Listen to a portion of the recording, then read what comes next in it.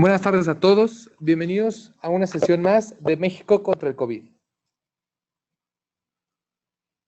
Buenas tardes, les damos la bienvenida nuevamente a todas y a todos por acompañarnos una semana más.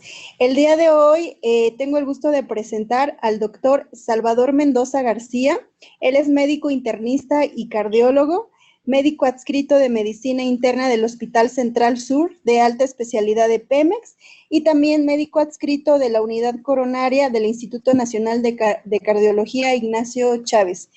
Doctor Salvador Mendoza, bienvenido, muchas gracias por aceptar nuestra invitación y le cedemos los micrófonos para que pueda iniciar su ponencia, por favor.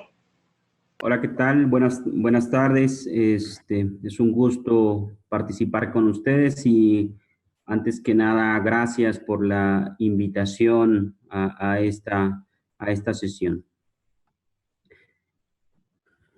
Bueno, como ya fui presentado, yo soy el doctor Salvador Mendoza García, soy médico internista con alta especialidad en cardiología y unidad coronaria con urgencias cardiovasculares. Actualmente trabajo en el hospital de Pemex, Hospital Central Sur, de alta especialidad en el servicio de medicina interna y en el Instituto Nacional de Cardiología, adscrito a la unidad coronaria y a urgencias.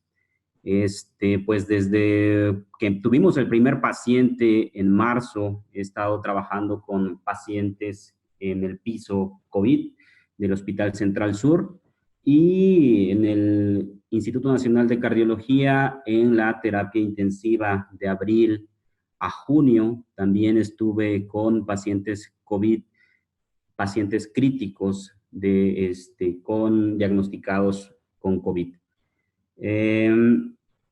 Bueno, les voy a hablar acerca del COVID en paciente con síndrome metabólico y sus implicaciones cardiovasculares.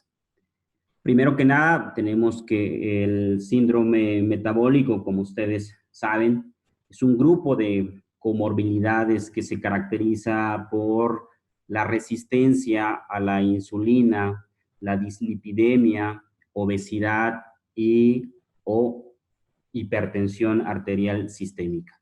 Este conjunto de alteraciones son altamente prevalentes en México, secundario a la mala alimentación que tenemos, al sedentarismo que tenemos y a la disponibilidad de la comida rápida que últimamente nos ha invadido y a los malos horarios de comida, ¿no? Todo esto contribuye a que la población mexicana tenga síndrome metabólico en un gran porcentaje. Primero, tenemos a la resistencia a la insulina. Relacionada con el COVID, tiene un incremento en las complicaciones y cuando se infectan con SARS-CoV-2, los pacientes tienen manifestaciones más severas de esta enfermedad. El número en esta enfermedad, en la resistencia a la insulina, no tenemos un incremento en el riesgo de infección, pero sí, una vez que se infecte la persona, pues tenemos un incremento en las complicaciones y podemos encontrar sus manifestaciones más severas. El riesgo de fallecimiento una vez contraída esta enfermedad en un paciente con diabetes mellitus tipo 2 se incrementa hasta 4.4 veces según la literatura. Este artículo es una gráfica que obtuve de este artículo donde se midieron los valores de glucemia en los pacientes hospitalizados con COVID y se encontró que los pacientes que tenían la glucosa en ayuno baja, la glucosa en ayuno media y la glucosa en ayuno alta, estas definidas como baja entre 60 y 150, media entre 151 y 250 y alta en 250, más de 250. Se observó que en estos pacientes tenían un incremento considerable de la mortalidad de acuerdo a la cantidad de glucosa medida en sangre que se obtenía al momento del ingreso o durante la hospitalización. Estos datos fueron publicados en la revista de Diabetes Care y ahí se observó que pues se observó y se comprobó que la cantidad de glucosa estaba relacionada directamente con la severidad de la enfermedad por COVID.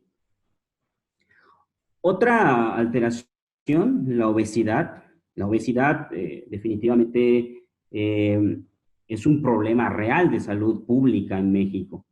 Se estima que de acuerdo a la encuesta nacional de salud del 2018, alrededor del 70% de la población mexicana adulta padecía sobrepeso al menos.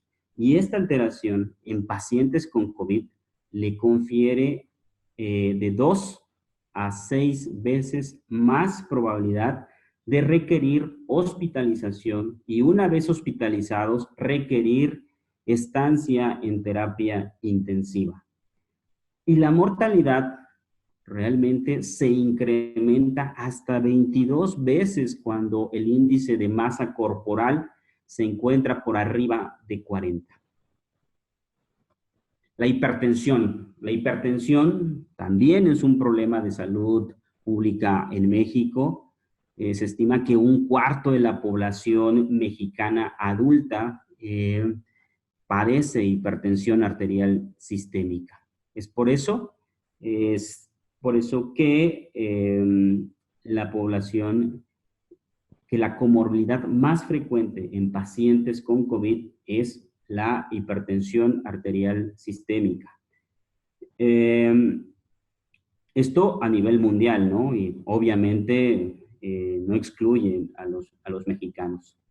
La hipertensión arterial sistémica confiere un riesgo 5 veces mayor de desarrollar una enfermedad crítica e incrementa 2.5 veces la mortalidad en los pacientes COVID. Según estudios realizados a nivel internacional, se estima que hasta el 40% de los pacientes con hipertensión no controlada, ya sea porque no llevan un tratamiento o porque no se conocían con hipertensión, ya tienen alguna alteración estructural cardíaca que pues va a incrementar aún más el riesgo de tener un COVID grave. Ahora bien, dentro de la fisiopatología, ¿por qué estas alteraciones metabólicas son factores de riesgo para que un paciente con COVID tenga un desenlace adverso? Aquí, en esta diapositiva, se resumen el síndrome metabólico, se resume que el síndrome metabólico es una constelación de comorbilidades como son la diabetes tipo 2, diabetes tipo 2, ovario poliquístico, enfermedad renal crónica, esteatosis hepática no alcohólica, enfermedad grasa hepática no alcohólica, enfermedad cardiovascular y tiene sus implicaciones metabólicas. Por un lado, pues tenemos a la resistencia a la insulina y por el otro lado tenemos a la dislipidemia con obesidad. Por un lado, estos pacientes tienen ya de por sí un estado inflamatorio por una activación endotelial y a su vez tienen un estado protrombótico ocasionado por los ácidos grasos libres que van a incrementar al inhibidor tipo 1 del plasminógeno, van a incrementar el fibrinógeno. Esto va a ocasionar plaquetas hiperactivas, lo cual va a generar un estado protrombótico en nuestro paciente. Por el otro lado, en el estado proinflamatorio que se produce en un paciente con resistencia a la insulina, secundario esto a los productos finales de la glucosilación, podemos tener manifestado por microalbuminuria en nuestros pacientes, por incremento de los biomarcadores de inflamación como son la proteína C reactiva. Esto de por sí va a estar alterado en los pacientes con síndrome metabólico. Pero además estos pacientes, se cree que estos pacientes tienen un incremento en los receptores de la enzima convertidora de angiotensina. Por eso es que cuando la persona se infecta con el virus, este virus va a utilizar a la enzima convertidora de angiotensina para internarse a la célula y de esta forma utilizar la maquinaria de la célula para replicarse e integrarse a la célula Esto va a ocasionar un incremento en el estado inflamatorio ya presente en los pacientes con síndrome metabólico. Y una vez que se despierta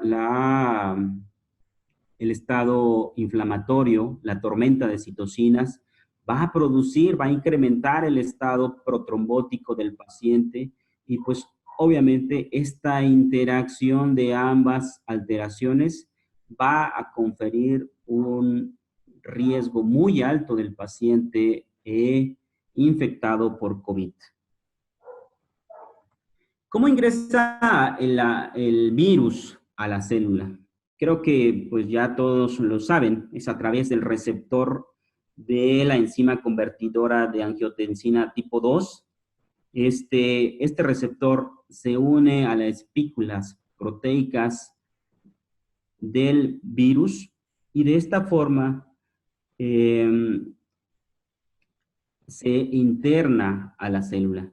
Una vez adentro de la célula el virus, se replican utilizando la maquinaria de la célula. Esto va a producir la tormenta de citocinas, como le comentaba, va a producir una liberación de interleucina 6, de factor de necrosis tumoral alfa y de factor de necrosis tumoral beta. Esto a través de los toll-like receptors que van a identificar al virus como un patógeno y van a despertar la reacción a través de estas citocinas, intentando, una vez ingresado el virus, liberarse el cuerpo del virus, ¿no? ¿Y por qué tienen una mayor afectación en el pulmón y el corazón? Esto es debido a que en estos órganos se encuentra una gran cantidad de receptores de la enzima convertidora de angiotensina. Y una vez que los toll-like receptors reconocen como patógenos y empieza la tormenta de citocinas, pues estos dos órganos son los principalmente afectados. Digo, no es por ser cardiólogo, ¿verdad? Pero pues es uno de los principales órganos y muchas veces pues van a escuchar que el paciente, ahí en la población van a escuchar que el paciente no tuvo COVID, ¿no? Sino que tuvo un infarto o falleció de un infarto.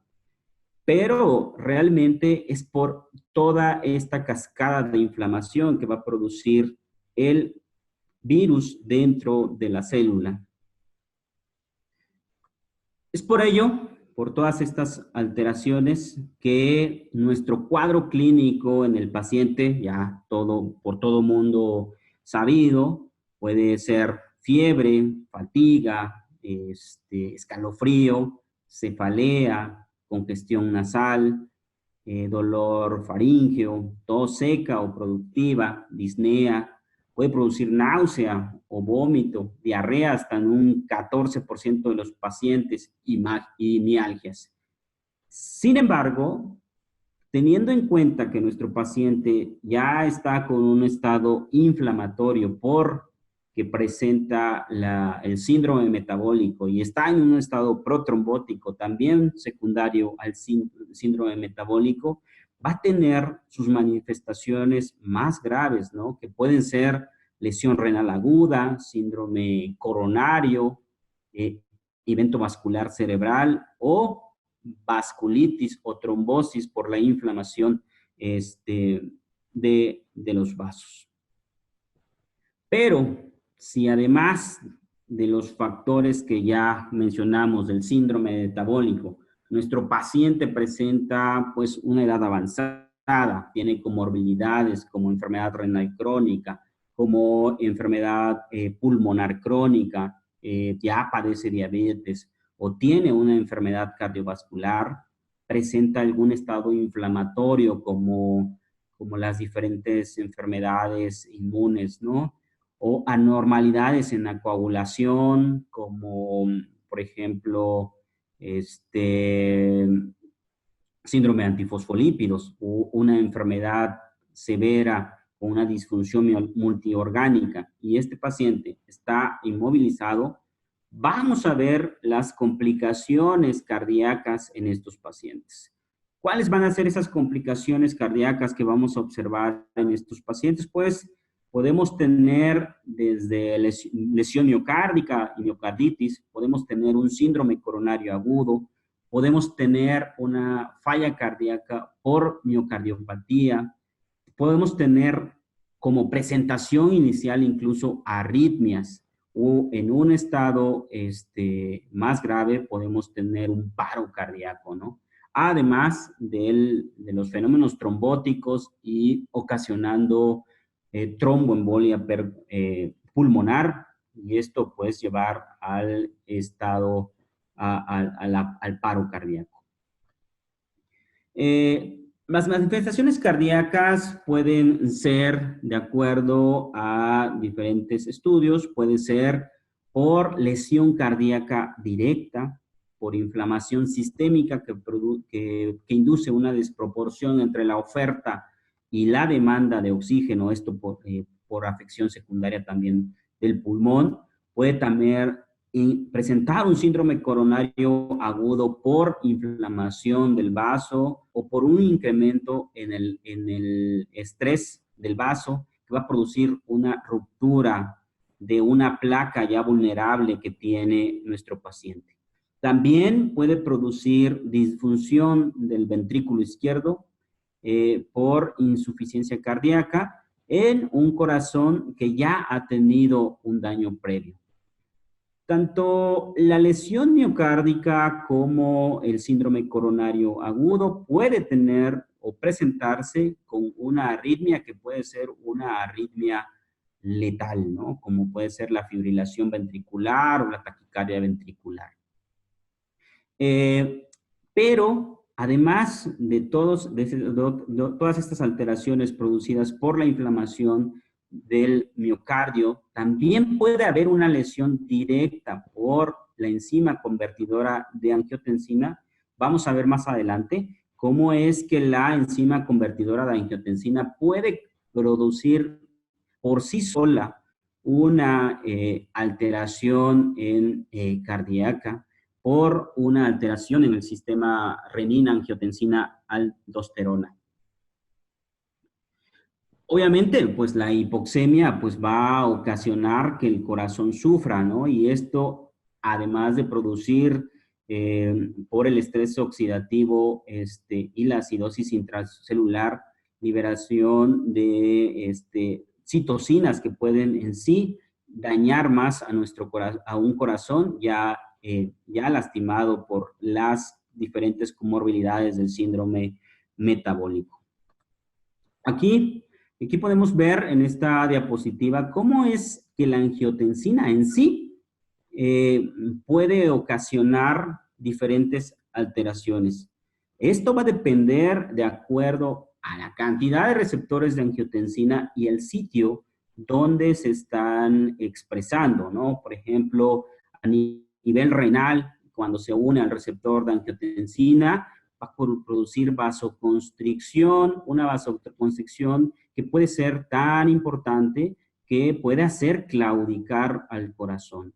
Puede ocasionar un estado protrombótico, puede ocasionar un estrés oxidativo y además va a ser profibrótico, es decir, va a ocasionar fibrosis tanto en el corazón, principalmente, ya todos saben que utilizamos diferentes medicamentos para disminuir este estado profibrótico.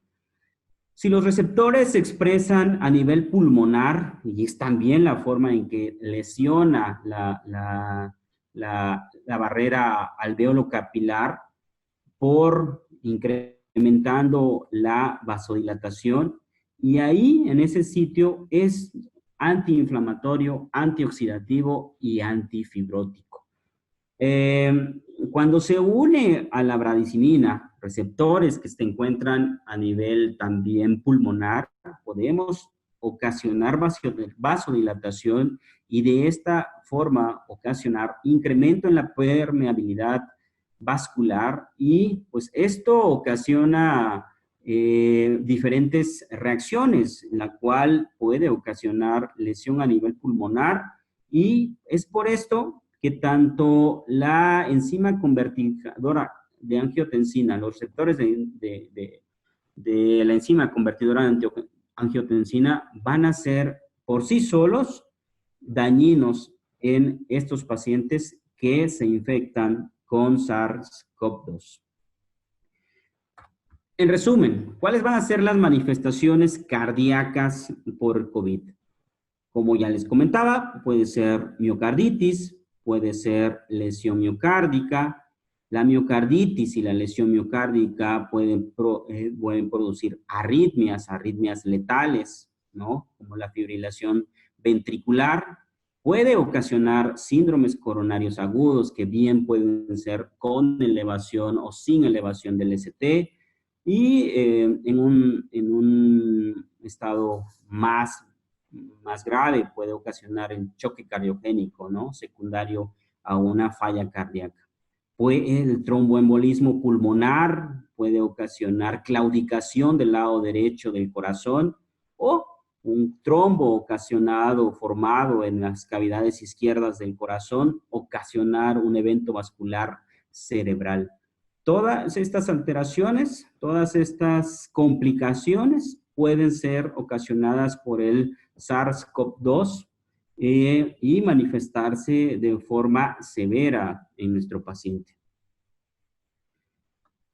En un paciente con síntomas e historia de exposición a COVID-19, a pacientes con COVID-19, más una historia de enfermedad cardiovascular, ¿qué debemos hacer cuando llega con nosotros? Cuando llega el paciente con signos, con datos de falla cardíaca, esto debido a elevación de troponinas o clínicamente viéndole plétora yugular, disnea, reflujo hepatoyugular, edema, ¿no? Todo esto más ayudados con los paraclínicos, como puede ser la troponina, como puede ser el electrocardiograma, podemos inicialmente evaluar a nuestro paciente y poder decir si tiene o no afección cardíaca.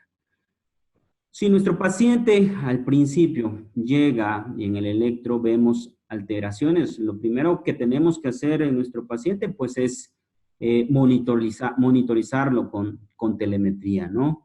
En el electrocardiograma, obviamente, si nosotros observamos fibrilación auricular, flóter auricular, fibrilación ventricular o taquicardia ventricular, tenemos que pues aplicar el ACLS, y si nuestro paciente está inestable, proceder a la cardioversión eléctrica. Si no, podemos utilizar los antiarrítmicos y, por ejemplo, la amiodarona. Si nuestro paciente no tiene ninguna de estas alteraciones que son potencialmente mortales, podemos apoyarnos en el ecocardiograma y de esta manera ver cómo está la función ventricular de nuestro cardiograma. También podemos apoyarnos posteriormente por las troponinas, por troponinas seriadas, por BNP, por proBNP, por dímero D. Y si nuestro paciente pues está en condiciones, incluso podríamos apoyarnos de una tomografía o una angiotomografía, ¿no?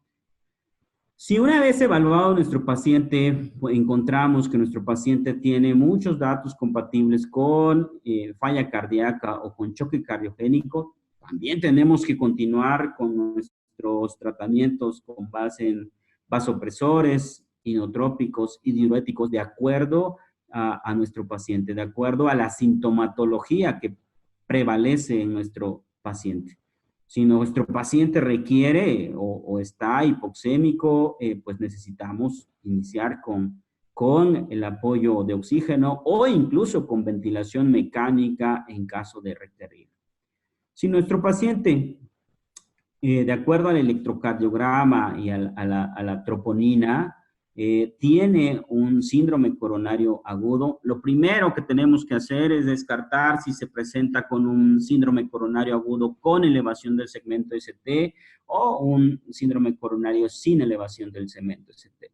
Si nuestro paciente tiene un síndrome con elevación del segmento ST, pues tenemos que reperfundirlo, ¿no? ¿Con qué? Pues con lo que tengamos a la mano, ya sea fibrinolisis o con angioplastía transluminal percutánea.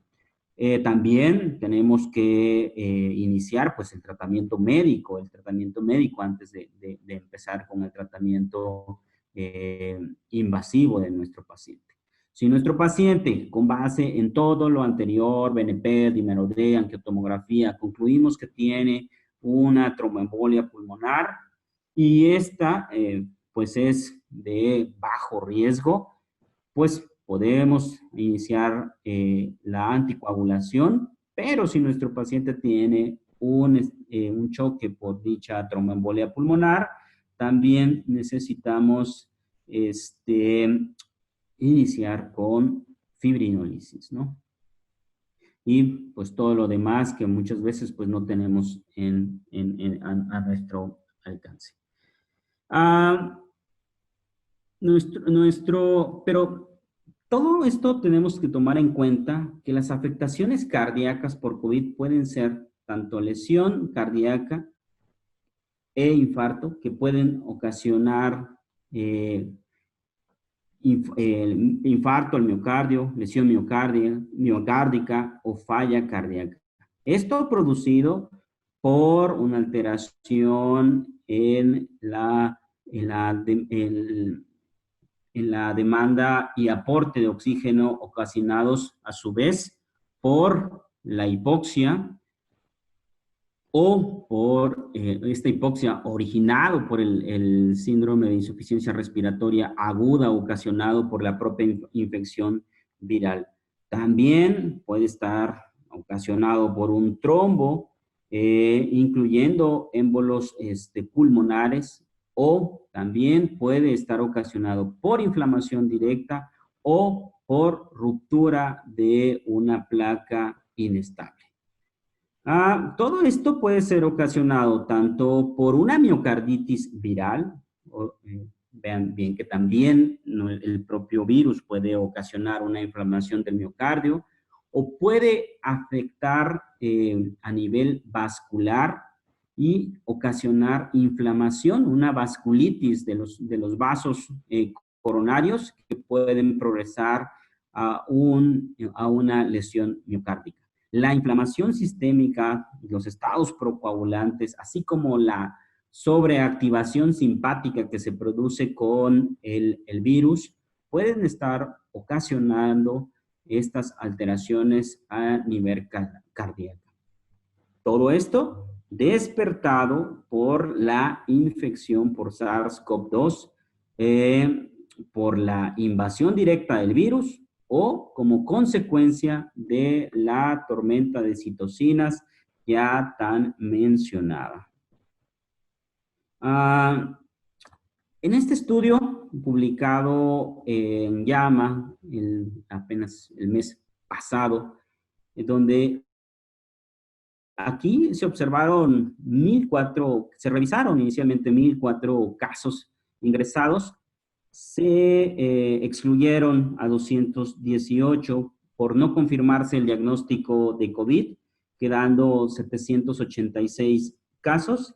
De estos se excluyeron 141 casos por falta de información. Se encontró que cerca de todos estos pacientes finalmente revisaron 416 casos confirmados por COVID. De este grupo de pacientes se observó que el 82% de la población ya tiene una lesión miocárdica al momento de su ingreso. Y casi un 20% y el 80% no la tenía. ¿Por qué es importante esto? Porque como podrán ver aquí en la gráfica, una vez que nuestro paciente tiene una lesión miocárdica, la mortalidad se incrementa y la sobrevida de nuestro paciente disminuye considerablemente. Pero esto puede ser al inicio de los síntomas incluso, o una vez hospitalizado el paciente, desarrollar esta lesión miocárdica.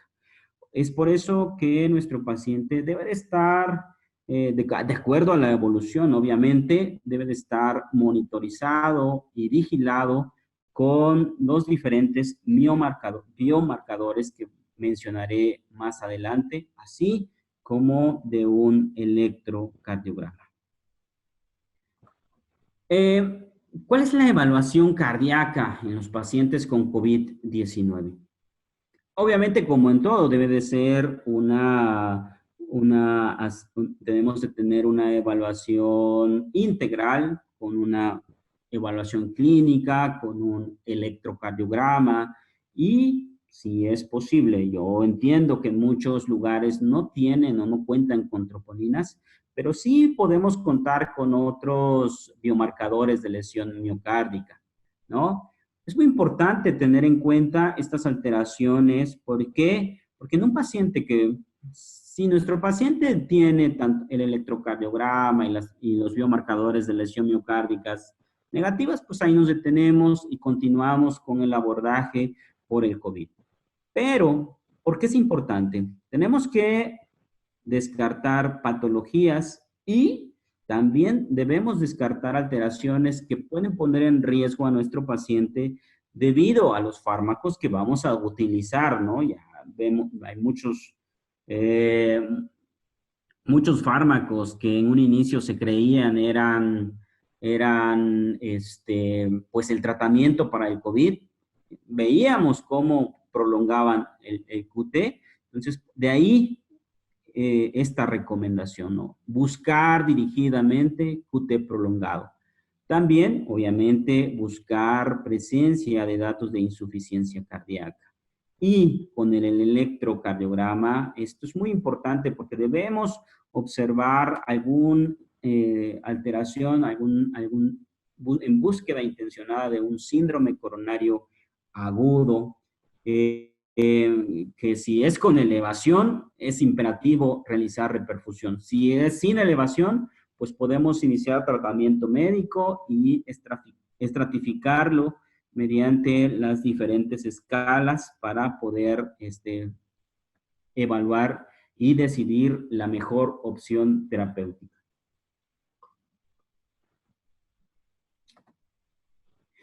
¿Qué debemos hacer cuando tenemos a un paciente con lesión miocárdica? Y esto, ¿cómo lo vamos a identificar?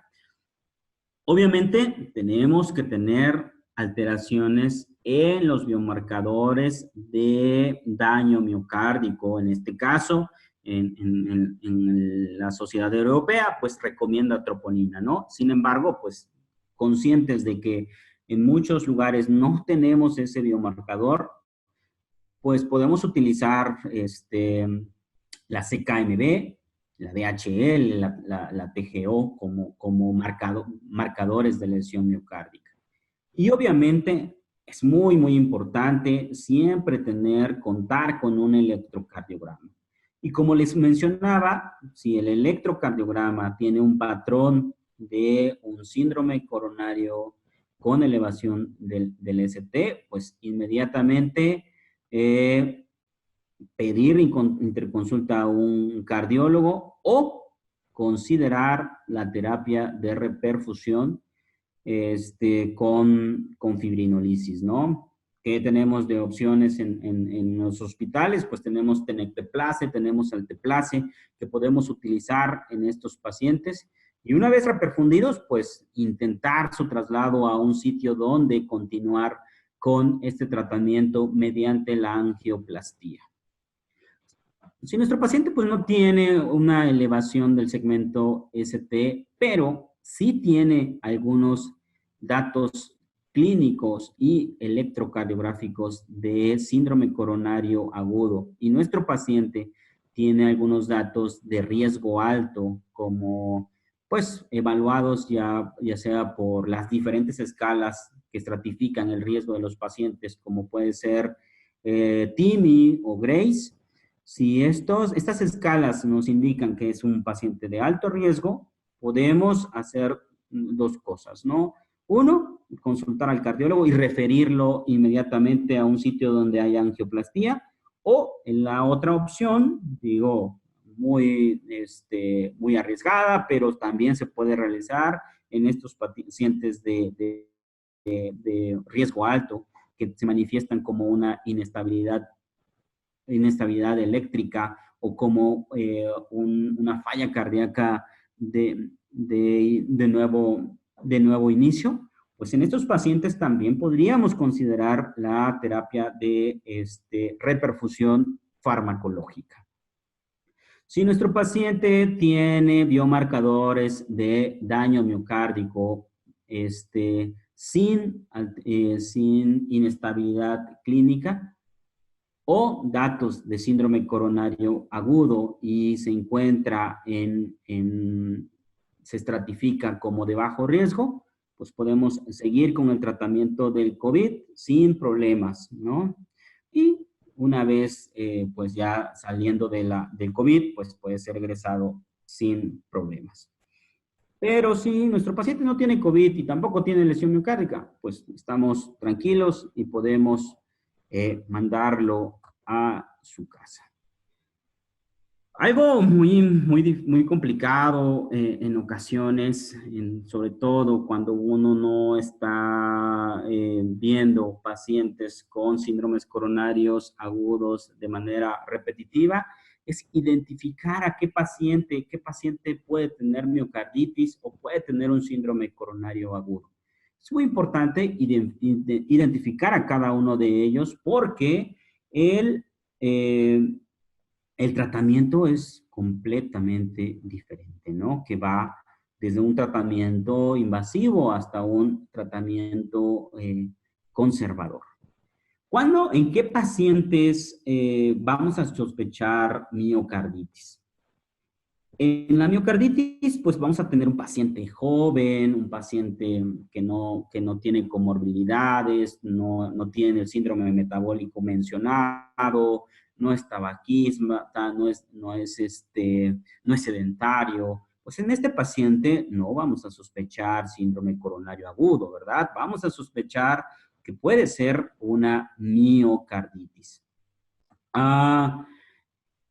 Que también vamos a observar diferentes alteraciones en el electrocardiograma, aunque estas no van a ser significativas o van a estar presentes de manera difusa en las diferentes derivaciones electrocardiográficas. Si tenemos la oportunidad de realizar un ecocardiograma, lo que vamos a encontrar pues, son alteraciones en la movilidad global, no así en el síndrome coronario agudo. Podemos, una vez teniendo todos estos antecedentes y todos estos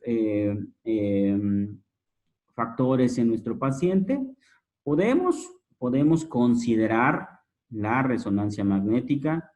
Entiendo que en muchos lugares no está disponible, pero pues es una posibilidad y con esto podríamos confirmar el diagnóstico, ¿no? Sobre todo si nuestro paciente está hemodinámicamente estable, ¿no?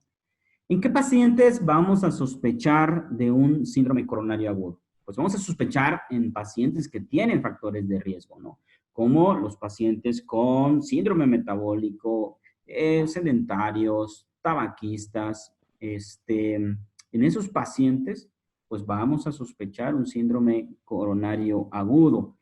Y como podrán ver, pues esto es importante dividirlos e irnos por uno de ellos, ya que el síndrome coronario agudo podemos modificar la evolución de la enfermedad si la identificamos a tiempo y si proporcionamos el tratamiento adecuado.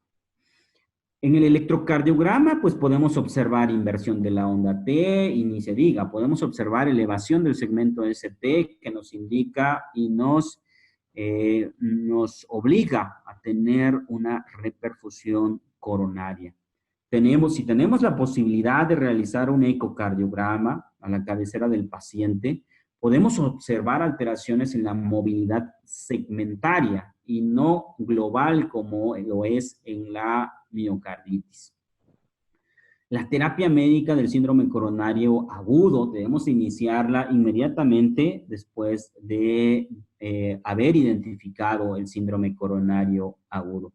Y si se trata de un síndrome coronario agudo con elevación del segmento ST, pues necesitamos iniciar la reperfusión farmacológica o mecánica, de acuerdo a lo que se cuente en nuestra unidad.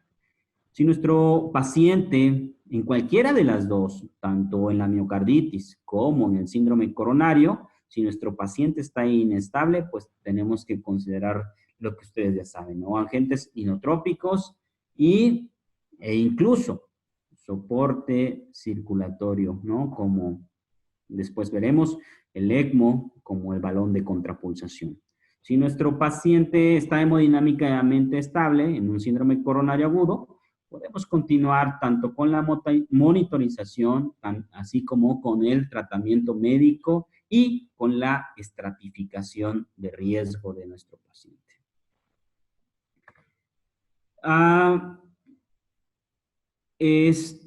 Cuando nuestro paciente en la evaluación inicial, tenemos que buscar, como ya les dije, un QT prolongado o factores de riesgo para un QT prolongado. Siempre obteniendo un electrocardiograma de 12 derivaciones, ¿no?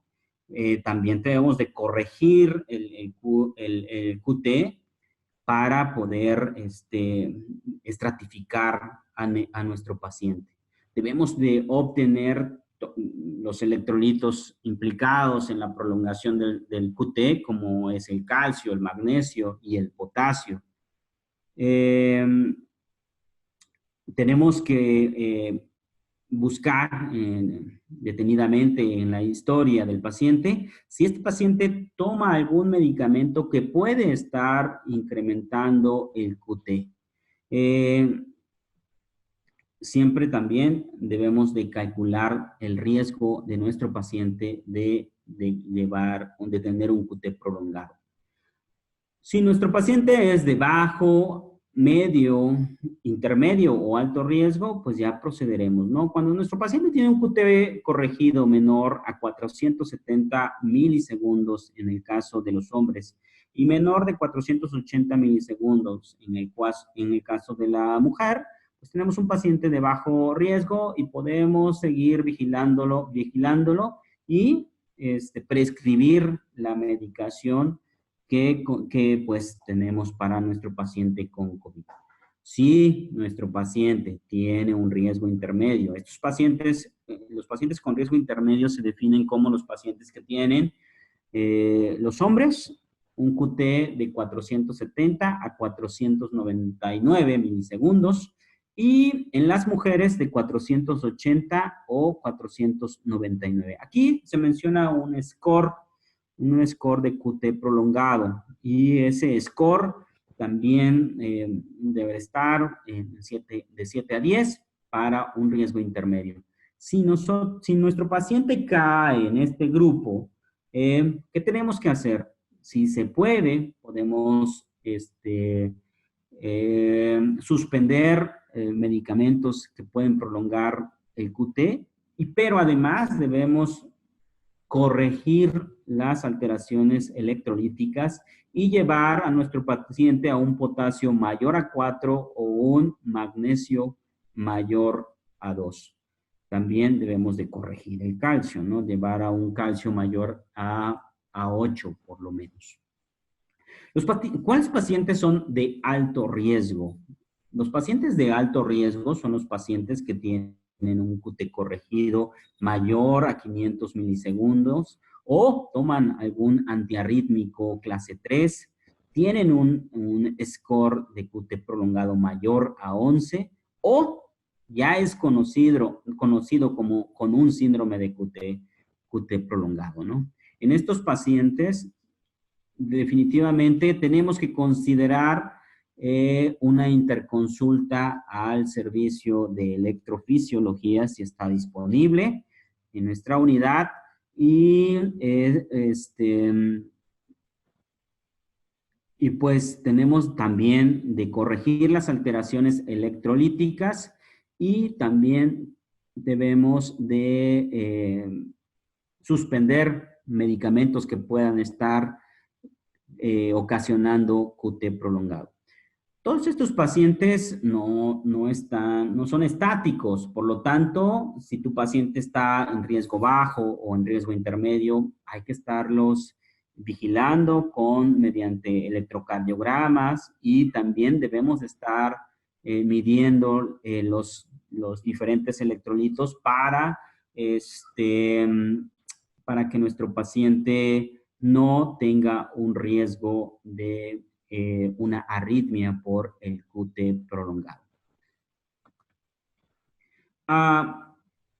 Cuando tenemos a un paciente con datos clínicos de insuficiencia cardíaca, ¿cómo podemos saber si es por COVID o solo es insuficiencia cardíaca? En este caso, los antecedentes, la historia es muy, muy importante. La historia de haber viajado, es un paciente que no respeta su sana distancia, que ha tenido contacto con algún enfermo por COVID, o que está en una casa de cuidado, como puede ser un asilo. Pues este paciente inicia con fiebre o con síntomas virales, este paciente lo más seguro es que sea o que tenga COVID, ¿no? Si nuestro paciente viene por tos, fatiga, disnea, pues nuestro paciente puede tener con mayor probabilidad falla cardíaca, o puede ser COVID o una coinfección con COVID. Pero si nuestro paciente tiene edema, ascitis, ha ganado peso por el edema, y sus síntomas son más crónicos, y pues también utiliza diuréticos, podemos decir que es un paciente con falla cardíaca, pero nunca podemos descartar totalmente que no sea también que no esté coinfectado, ¿no? Que no tenga COVID. Van a ver más adelante todos los algoritmos que podemos tener en un paciente con insuficiencia cardíaca. Si un paciente con insuficiencia cardíaca tiene que ser ser hospitalizado, un paciente con insuficiencia cardíaca y sospecha de COVID tiene que ser hospitalizado, ya sea por falla cardíaca o por síntomas de COVID. A todos los pacientes debemos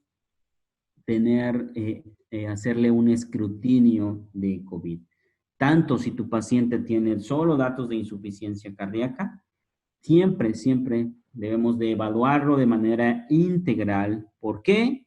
Porque ya vimos que la mortalidad con un falla cardíaca y COVID es muy alta, ¿no? Entonces, a estos pacientes tenemos de buscarle intencionadamente, pues, fiebre, midiendo la temperatura, debemos ver cuánto satura, debemos hacerle laboratorios especiales como una biometría hemática, dímero D, proteína C reactiva. Debemos de realizarle radiografía, una tele de tórax y si hay la posibilidad y nuestro paciente está en posibilidades de poder realizarse tomografía, mejor, ¿no? Si nuestro paciente tiene una prueba de COVID positiva, pero también tiene falla cardíaca, nuestro paciente tiene que ir a una unidad COVID. Si nuestra prueba para COVID fue negativa, pero todo lo demás, la radiografía, los laboratorios, la tomografía o la radiografía son altamente sospechosos de COVID, debemos de aislarlo, no debemos dejarlo con la población general. Es muy importante nuestra sospecha clínica, ¿no?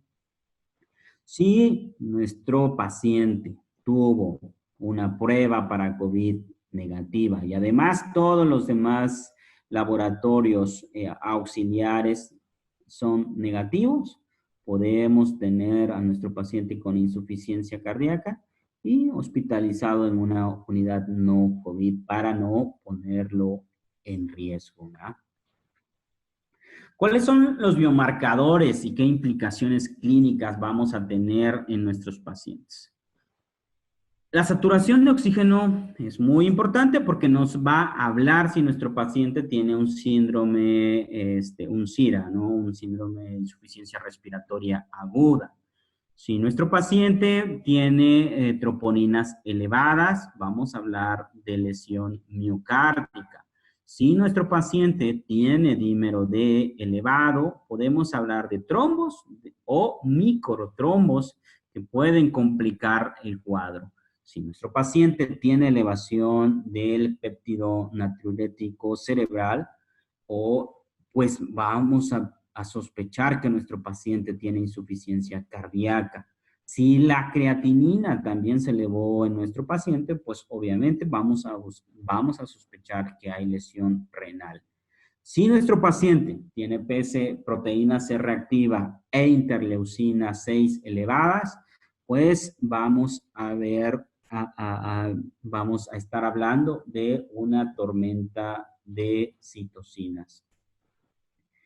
Por eso es muy importante que nos apoyemos en estos laboratorios, en estos biomarcadores para poder estratificar a nuestro paciente con COVID. Aquí este cuadro lo tomé de la revista de la europea de cardiología y aquí nos dicen cómo podemos diferenciar a nuestro paciente que solo tiene insuficiencia cardíaca o que solo se presenta con COVID. La verdad, en la práctica clínica suele ser muy complicado y para eso nos valemos de todo, ¿no? Nos valemos de la historia clínica, nos valemos de los signos y síntomas, nos valemos de los estudios de imagen y de los exámenes de laboratorio. Sospechamos que un paciente pueda tener solo falla cardíaca cuando el paciente pues tenga historia de alguna enfermedad cardiovascular o en un paciente que ha estado en su casa y que no ha tenido contactos con enfermo con COVID, pues puede ser, pero es menos probable que sea COVID, ¿no? Si los síntomas, los síntomas tiene fiebre, pues lo más probable pues, es que sea COVID. Nuestro paciente con insuficiencia cardíaca, pues más bien no nos va a dar fiebre, ¿no? Por lo tanto, este paciente no podemos decir que solo tenga falla cardíaca. Los síntomas, los síntomas como la tos seca, la ageusia, la anosmia, son más frecuentes en COVID. En los pacientes con falla cardíaca, pues casi no se encuentran, y más bien, tanto la disgeusia como la anosmia, pues no lo vamos a encontrar, ¿no? La disnea es la que nos confunde siempre, ¿no? La disnea. Si de pronto nuestro paciente, es algo que siempre les menciono a los residentes que están conmigo en la unidad coronaria, es que la disnea, un paciente con falla cardíaca que satura al menos de 90%, todo paciente con falla cardíaca que desatura menos del 90% viene con mucha dificultad respiratoria. Sin embargo, los pacientes que solo tienen COVID y tienen una saturación de 80, 70, ustedes los van a ver muy tranquilos, muchas. Si ustedes ven a un paciente con una saturación que va de 70, me ha tocado pacientes con una saturación incluso de 60, y que tú los ves como si nada. Entonces, en esos pacientes, siempre sospechar COVID. En la exploración física vamos a tener un tercer ruido, que pues en COVID no se encuentra, ¿no? Podemos tener dolor muscular en COVID y en falla cardíaca no. Podemos tener síntomas intestinales en pacientes con COVID y en insuficiencia cardíaca no. Los estertores basales pueden estar presentes en las dos. Sin embargo, pues también complicado diferenciarlos, ¿no? El edema, pues definitivamente no lo vamos a encontrar en pacientes con COVID y sí en pacientes con insuficiencia cardíaca. La radiografía de tórax nos puede ayudar mucho en identificar a los pacientes que solo pueden ser COVID y los pacientes que son con falla cardíaca. La tomografía hoy por hoy nos ayuda muchísimo para diferenciar a estos pacientes, ¿no? En la tomografía vamos a observar infiltrados centrales, podemos encontrar derrames pleurales pequeños, podemos ver un crecimiento del corazón, y en pacientes con COVID, pues los infiltrados son más difusos, podemos encontrar las opacidades en vidrio deslustrado, y podemos ver que estas alteraciones son más subpleurales, podemos ver más intersticio en estos pacientes. Y pues en los pacientes con COVID y en el electrocardiograma podemos observar taquicardia sinusal, o también podemos observar alguna arritmia maligna, ¿no? Cuando la condición del enfermo, ¿esto de qué nos habla? De un estado crítico de nuestro paciente con COVID e insuficiencia cardíaca. Los biomarcadores definitivamente nos van a ayudar mucho. ¿Por qué? Porque en pacientes con falla cardíaca van a estar siempre elevados, y en pacientes con falla cardíaca, pero además con COVID, nos habla de un pronóstico muy, muy adverso, ¿no? Tanto de la troponina como la deshidrogenasa láctica, la creatinina fosfokinasa, el dímero D y el péptido natriurético. Ojo, si nuestro paciente tiene COVID y además encontramos estos biomarcadores elevados, pues estamos hablando de un paciente con una enfermedad muy crítica, ¿no?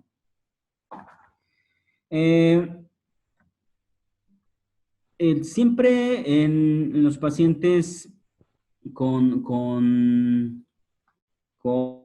insuficiencia cardíaca hospitalizados con COVID confirmado, debemos de siempre tener en cuenta el tratamiento de su base de la insuficiencia cardíaca. No dejar de lado nada más por haber entrado por COVID, olvidarnos de la insuficiencia cardíaca, ¿no? Nuestros pacientes tenemos que tomar en cuenta que nuestro paciente pues está tomando diuréticos, está tomando vasodilatadores, algunos pues apoyarlos con inotrópicos si esto es necesario.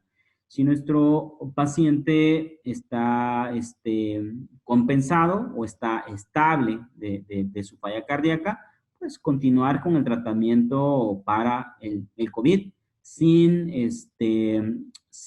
dejar de lado el tratamiento para la insuficiencia cardíaca.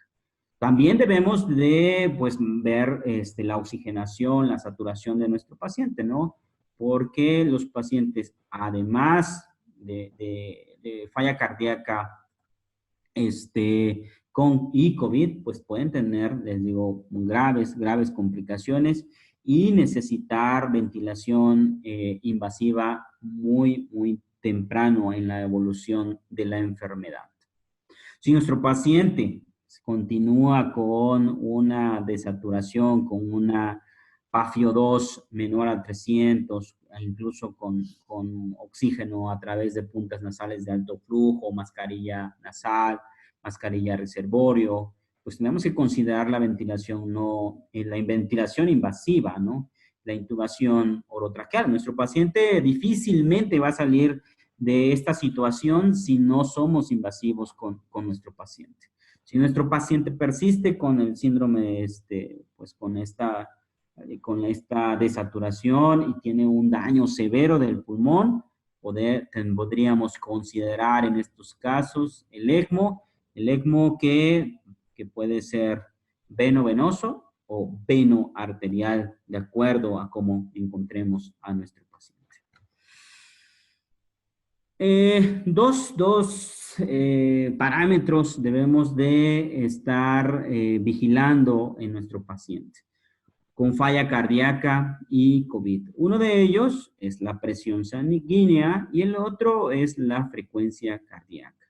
Si nuestro paciente se presenta con hipertensión, esto puede ser por una de dos, o porque tiene una sobrecarga de líquidos, o porque en el momento del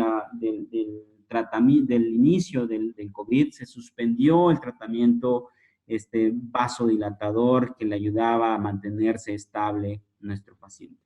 Si nuestro paciente viene hipotenso, debemos de evaluar el estado de hidratación clínicamente y si nos podemos ayudar también con el ecocardiograma a la cabecera del paciente y vemos ahí un patrón de líneas B, podemos, pues, si está deshidratado, darle un reto de líquidos. Si no está deshidratado, considerar la reducción del tratamiento que traía previamente nuestro paciente.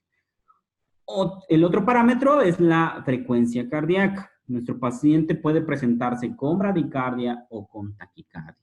Si lo encontramos con bradicardia, puede también ahí tomar en cuenta que nuestro paciente puede venir tomando beta bloqueadores, puede venir tomando ibarbadina, puede venir tomando digoxina o algún otro antiarrítmico, ¿no? En estos casos, considerar disminuir, no suspender, ojo, los beta bloqueadores o la misma ibarbadina. Si nuestro paciente viene con taquicardia, pues la taquicardia, si es sinusal, pues siempre tenemos que buscar la causa, que una de las causas puede ser la fiebre o incluso la hipoxia. Si hay fiebre o hipoxia, pues tenemos que corregir esas alteraciones, ¿no? Si no, podemos, en este caso, optimizar el tratamiento con beta bloqueadores e ibarbadina en nuestro paciente con insuficiencia cardíaca y COVID. Estos son algunos de los fármacos utilizados en insuficiencia cardíaca y su interacción con los medicamentos utilizados inicialmente, ¿verdad? Porque ahora yo creo que ya pocos o casi nadie utiliza estos medicamentos eh, como lo es los pacientes con la hidroxicloroquina, pues la hidroxicloroquina, el favipiravir, el remdesivir, el lopinavir con ritonavir. Aquí vemos la interacción de estos fármacos y todos los medicamentos que habitualmente utilizamos en insuficiencia cardíaca, como son los inhibidores de la enzima convertidora de angiotensina, como los bloqueadores de los receptores de angiotensina, la espironolactona, el eplerenone, los beta bloqueadores, los diferentes diuréticos, que pues nosotros aquí, pues el que más utilizamos, pues es la furosemida, ¿no?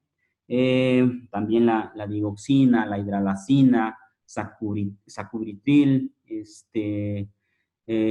todos estos medicamentos podemos ver aquí cómo interactúan con los medicamentos que inicialmente, repito, inicialmente utilizamos para COVID, porque actualmente ya tenemos suficiente evidencia para no utilizarlos más. ¿Por qué? Porque como vimos, en muchas ocasiones pueden interactuar y, por ejemplo, podemos utilizar la hidroxicloroquina y la digoxina y la ibravradina van a incrementar su potencia, ¿no? Entonces, ¿cuáles medicamentos no tienen interacción con los medicamentos que utilizamos de manera frecuente en insuficiencia cardíaca? Por ejemplo, el remdesivir, que es el que hasta el momento pues son de los medicamentos que han demostrado un beneficio en los pacientes con COVID, pues no tiene interacción prácticamente con ninguno de los medicamentos utilizados en insuficiencia cardíaca. Pues lo que nosotros utilizábamos en el Instituto Nacional de Cardiología previamente, antes de que saliera suficiente evidencia, era el lopinavir con ritonavir y la hidroxicloroquina, ¿no? A lo mejor también ustedes lo llegaron a utilizar y vemos que estos sí tienen mucha interacción con los medicamentos que utilizamos en insuficiencia cardíaca. Debemos de vigilar cualquier efecto secundario en estos pacientes, si todavía lo siguen utilizando y si todavía no le han hecho caso a la literatura ya publicada con base en estudios más serios y siguen utilizándolo, pues tomar en cuenta que tienen muchas interacción entre los medicamentos que utilizamos en insuficiencia cardíaca. Si se acuerdan, debido a que el virus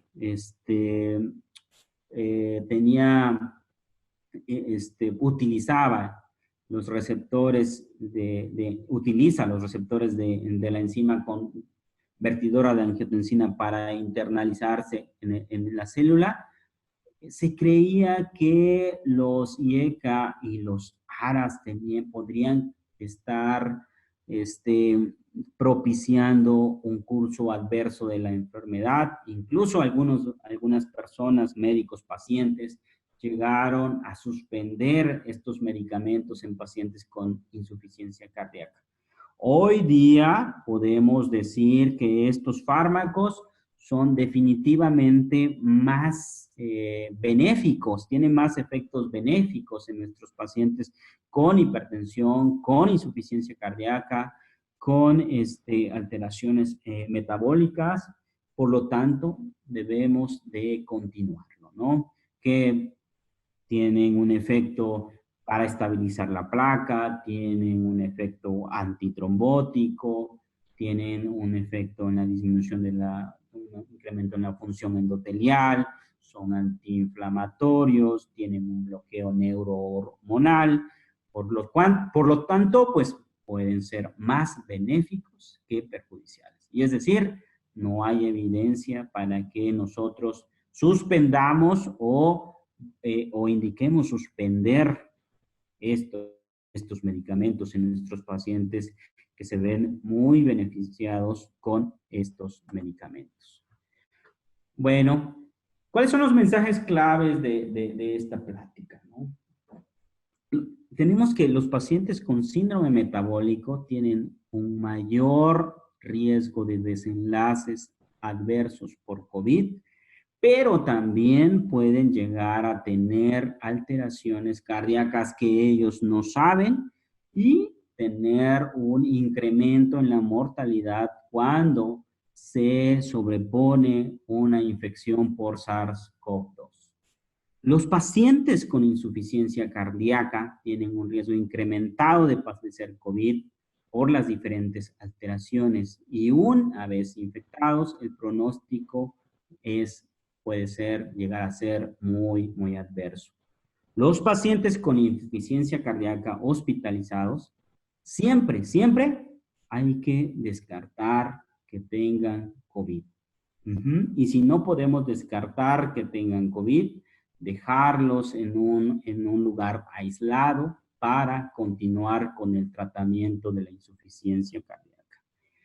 El monitoreo debe ser implementado en todos los pacientes con COVID para la prevención y escrutinio de insuficiencia cardíaca. Es decir, todos los pacientes debemos estarlos vigilándolos para detectar algún dato mínimo de insuficiencia cardíaca. Los biomarcadores deben ser tomados todos al ingreso, pero también durante la hospitalización. Porque, como vimos, puede estar presente la lesión cardíaca tanto al ingreso como desarrollarla durante la evolución de la enfermedad. El ecocardiograma es una herramienta muy, muy importante que se puede realizar a la cabecera del paciente y siempre debe de ser considerada en todos los pacientes con datos de insuficiencia cardíaca y COVID. No hay ninguna razón para no seguir las guías de insuficiencia cardíaca en todos los pacientes con COVID. Entonces, a nuestros pacientes que los ingresamos por sospecha de COVID, siempre no nos debemos olvidar del corazón, olvidarnos de sus patologías previas, de todo lo que le antecede, porque tenemos que continuar con este tratamiento. Bueno, esto es todo. Pues, si alguien tiene alguna pregunta, estoy aquí para resolverla. Muchas gracias por su atención. Muchas gracias, doctor Salvador Mendoza. Le recordamos a todos nuestros asistentes que esta es una sesión a micrófono abierto. Por si alguien tiene alguna pregunta, favor de levantar la mano desde la aplicación y le daremos la palabra. Sí, aquí hay una pregunta, doctor. Dentro de la fisiopatología del SARS-CoV-2, ¿la tormenta de citocinas solo se encuentra en el estado agudo o también en el crónico? Evidentemente hay diferentes etapas de la infección por el SARS-CoV-2, ¿no? Inicialmente el virus, como afecta células de la vía aérea superior, puede ocasionar diferentes síntomas que pueden no ser tan graves de la enfermedad. Sin embargo, una vez que el virus se interna a la célula a nivel pulmonar o a nivel cardíaco, puede ocasiona todas las alteraciones debido a la tormenta de citocinas. Es decir, esto lo vamos a encontrar solo en la fase aguda de la enfermedad, ¿no? Una vez que la enfermedad ha avanzado, pues podemos ver las secuelas de la enfermedad, las secuelas de esta tormenta de citocinas y la secuela de esta alteraciones protrombóticas de nuestro paciente.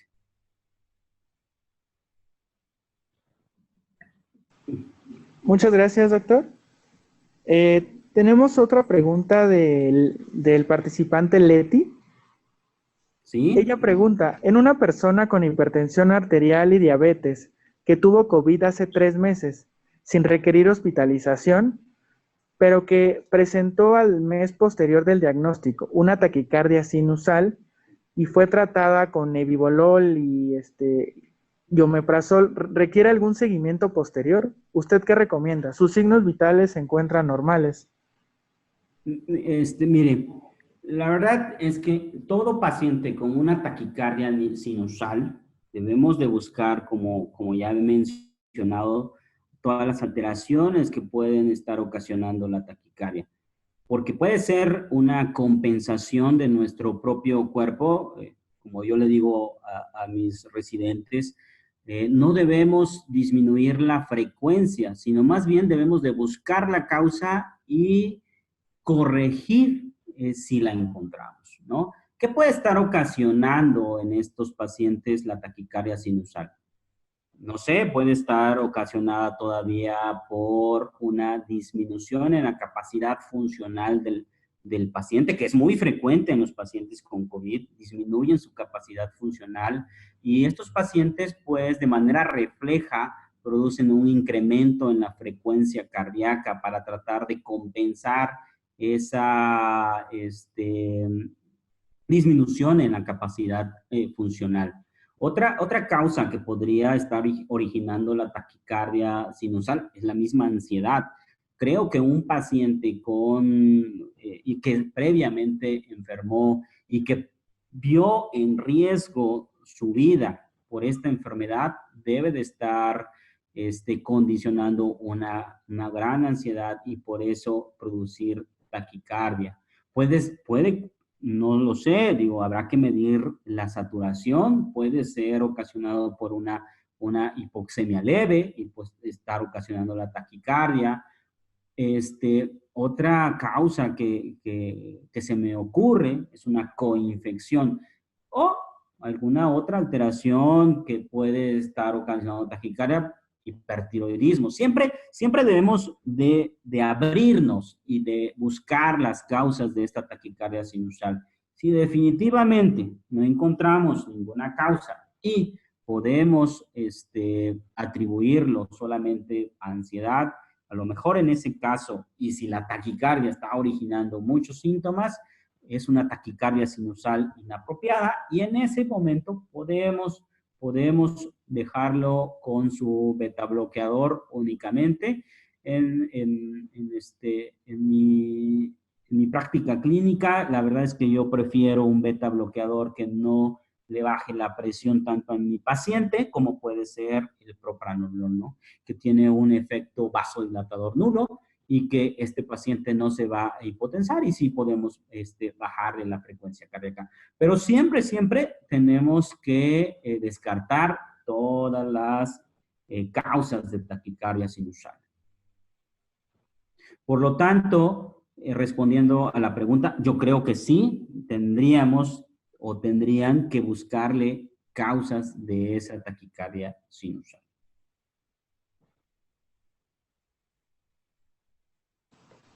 Muchas gracias, doctor Salvador. Tenemos otra pregunta de Yolanda. Ella pregunta, si un paciente con diagnóstico de COVID presentó afectación pulmonar en la radiografía de tórax, usted con su experiencia, ¿podrá decirme si estará afectado el corazón o la aorta? Es decir, si es necesario realizar otro estudio, además de la radiografía, o solamente con ella. Como pudimos ver en la presentación, todos los pacientes, parte del escrutinio y en búsqueda de otras alteraciones sistémicas, y como ya vimos que hasta el 20% de los pacientes pueden llegar a tener lesión miocárdica, y en el escrutinio siempre tenemos que hacer biomarcadores de lesión miocárdica y el electrocardiograma. No podemos descartarlo a simple vista, no podemos descartarlo solamente con el cuadro clínico, como pudimos ver en la presentación. Requerimos de otros auxiliares diagnósticos para poder descartar fehacientemente de que no esté involucrado el corazón. Si usted ya tiene la manifestación, una manifestación al menos moderada del COVID, como pueden ser los infiltrados, la propia neumonía por SARS-CoV-2, pues yo creo que tendríamos que realizar a todos los pacientes un escrutinio, tanto con el electrocardiograma como con biomarcadores de daño miocárdico. Gracias, doctor. Tenemos también un comentario de Jessica García. Muchas gracias. Mencionó muchos puntos claves que en ocasiones no tomamos en cuenta, pero considero que son muy importantes a tratar. Le felicitan por su ponencia, doctor. Gracias. Bueno, mientras los asistentes se animan a hacer alguna otra pregunta o si quieren participar en el micrófono abierto, le pediríamos si quiere comentar algo antes de terminar la sesión. Bueno, pues como comentario final y también, pues creo que una parte muy importante y un órgano que tenemos que tomar en cuenta en todos los pacientes con infección por SARS-CoV-2, pues es el corazón y pues no se olviden de su tratamiento. No se olviden buscar alteraciones cardíacas. No se olviden de continuar con el tratamiento. La verdad, voy a serles sincero, yo cuando empecé a ver pacientes con COVID en marzo, pues de pronto me iba solo por el COVID y luego el corazón y luego el antitrombótico y luego la estatina y luego el betabloqueador. Entonces, eso me pasaba muy frecuentemente. ¿Por qué? Porque para empezar, yo estoy acostumbrado a trabajar con residentes de cardiología y los residentes de cardiología, pues en automático dan ese tratamiento, ¿no? Prácticamente. Pero cuando ya estaba yo con el paciente y solo, no había otra persona que viera ese punto de la enfermedad y yo me enfocaba solo en el COVID. Entonces, de pronto se me iban esos detalles, se me iba esa parte del tratamiento en el paciente que venía con comorbilidades.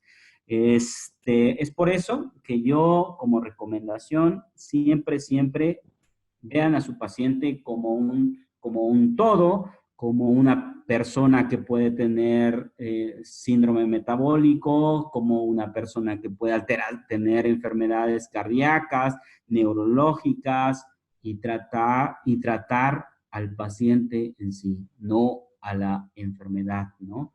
Al COVID lo podemos, hasta hoy sabemos que el COVID no tiene un tratamiento en específico y más bien es un tratamiento de sostén. Y ese sostén es el tratamiento de todas sus comorbilidades, incluyendo, obviamente, por lo que nos corresponde, la insuficiencia cardíaca y la cardiopatía isquémica, ¿no?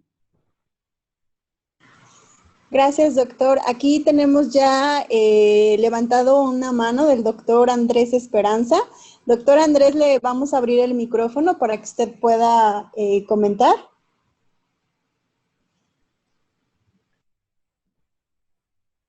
Hola, buenas tardes. Como siempre, es un placer escuchar a las grandes eminencias. Muchas gracias, doctor. Mi pregunta es más bien personal. Tengo una hermana de 52 años. Ella tiene un aneurisma en el callado aórtico y me gustaría saber qué tanto... Ella presentó COVID hasta hace 15 días aproximadamente, se disminuyó la sintomatología. Afortunadamente no fue necesario el hospitalizarla, se mantuvo con tratamiento de sostén en casa, mas sin embargo me llamó la atención qué tan importante es que se le realice qué estudio, porque no ha podido verla su cardiólogo precisamente por la contingencia, en el que están viendo más casos urgentes que lo que pudiera presentar ella. Entonces, sí me gustaría ver si me puede orientar, si no abuso de su amabilidad. Claro que no, mire, claro que sí, más bien sí lo puedo orientar y claro que no abusa de del micrófono, ¿no? Mire, si su familiar tiene una alteración vascular, una alteración, un daño en el vaso principal de nuestro organismo, pues el estudio ideal para valorar el callado aórtico y en sí todos los vasos, pues es una angiotomografía, una angiotac, para evaluar la dimensión de la lesión que menciona. Y la otra, el otro estudio que pudiera realizarse pensando en una